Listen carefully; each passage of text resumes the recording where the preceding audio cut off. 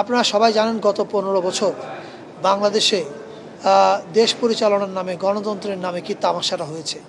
ক্যামেরার সামনে আছি না পিছে আছি এটা ম্যাটার করে না, এর সাথে আছি এটা হচ্ছে ম্যাটার করে। আমি জানি না, আমার ধারণা 840 সেন্সর আটকানোর সাথে সাথে দেশ ছেড়ে চলে যেতে হতো আমাদের। This is the first time আমার কোনো ফিল্ম, আমার প্রোডাকশন মানে নুসরাত ইমরোজ তিশা প্রযোজিত এবং আমাদের সাথে কো প্রডিউসার ইমপ্রেস টেলিফিল্ম আছেন, আমার রিলিজ পাচ্ছে। আমার খুবই ভালো লাগছে। সিরিজ এসেছে, ওয়েব সিরিজ এসেছে আমার প্রোডাকশনের, কিন্তু সিনেমাই ফার্স্ট। ভালো লাগছে, খুবই ভালো লাগছে। এবং আছে না যে আমার অনেক দিনের স্বপ্ন ছিল যে আমি কিছু ভালো কাজের সাথে থাকবো প্রডিউসার হিসেবে। সো থাকতে পেরে ওই স্বপ্ন পূরণের দিকে মনে হচ্ছে। ফিউচারে যদি এটা খুব ভালো যায়, ফিউচারে আমি আরও সিনেমা বানাতে চাই, সিনেমা উপহার দিতে চাই আপনাদের উদ্দেশ্যে। সো আপনাদের দোয়াই প্রয়োজন। ফিল্ম মেকারের তো আসলে সাহস ছাড়া কীভাবে ফিল্ম বানাবে।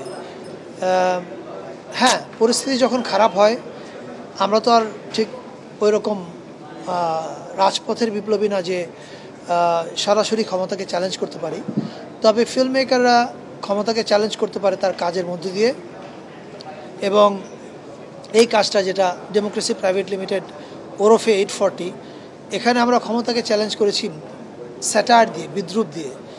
আর বিদ্রূপ তো আপনারা জানেন যে অসীম ক্ষমতাবান যখন স্বৈরশাসক থাকে তাকে টেক ডাউন করার সবচেয়ে বড় অস্ত্র হচ্ছে বিদ্রূপ। সেটা আমরা ব্যবহার করেছি।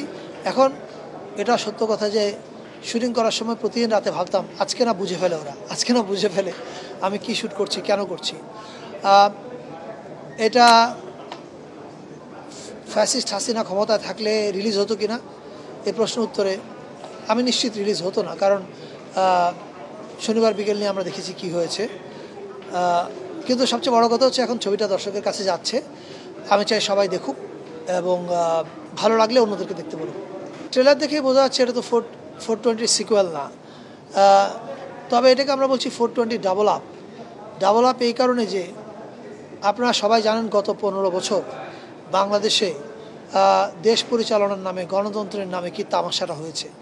তামাশার মাত্রাটা এত তীব্র ছিল যে মানে আরেকটা 420 দিয়ে এটা হবে না, এটা ডাবল আপ লাগতো, এটা ডাবল ডোজের ওষুধ লাগবে। সো 840 হচ্ছে যেহেতু তামাশার মাত্রা ছিল আমাদের সমাজে এবং রাষ্ট্রে অনেক উঁচুতে, ফলে আমাদেরকে বিদ্রূপের মাত্রাটাও উঁচুতে উঠাতে হয়েছে। না, সেন্সর বোর্ডে আটকে যাওয়ার ভয় তো ছিলই, কিন্তু পাখির পায়ে শিকল থাকলে পাখি শিকলের ভয়ে কতদিন গান না গেয়ে থাকবে, একসময় না একসময় তাকে গান গাইতে হবে। ফলে আমিও ভেবেছি যে লেট মি ট্রাই, আমি যেটা বলতে চাই সেটা বলার চেষ্টা করি। তারপরে কি হবে, একটা ছবি আটকে আছে, আরেকটা আটকাবে, না হয় একসময় ফিল্ম বানানোই ছেড়ে দিতে হবে।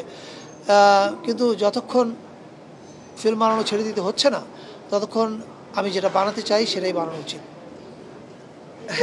মানে 840 সেন্সরে আটকে গেলে বিকল্প মুক্তি দিতে পারতাম কিনা আমি জানি না। আমার ধারণা 840 সেন্সরে আটকানোর সাথে সাথে দেশ ছেড়ে চলে যেতে হতো আমাদের।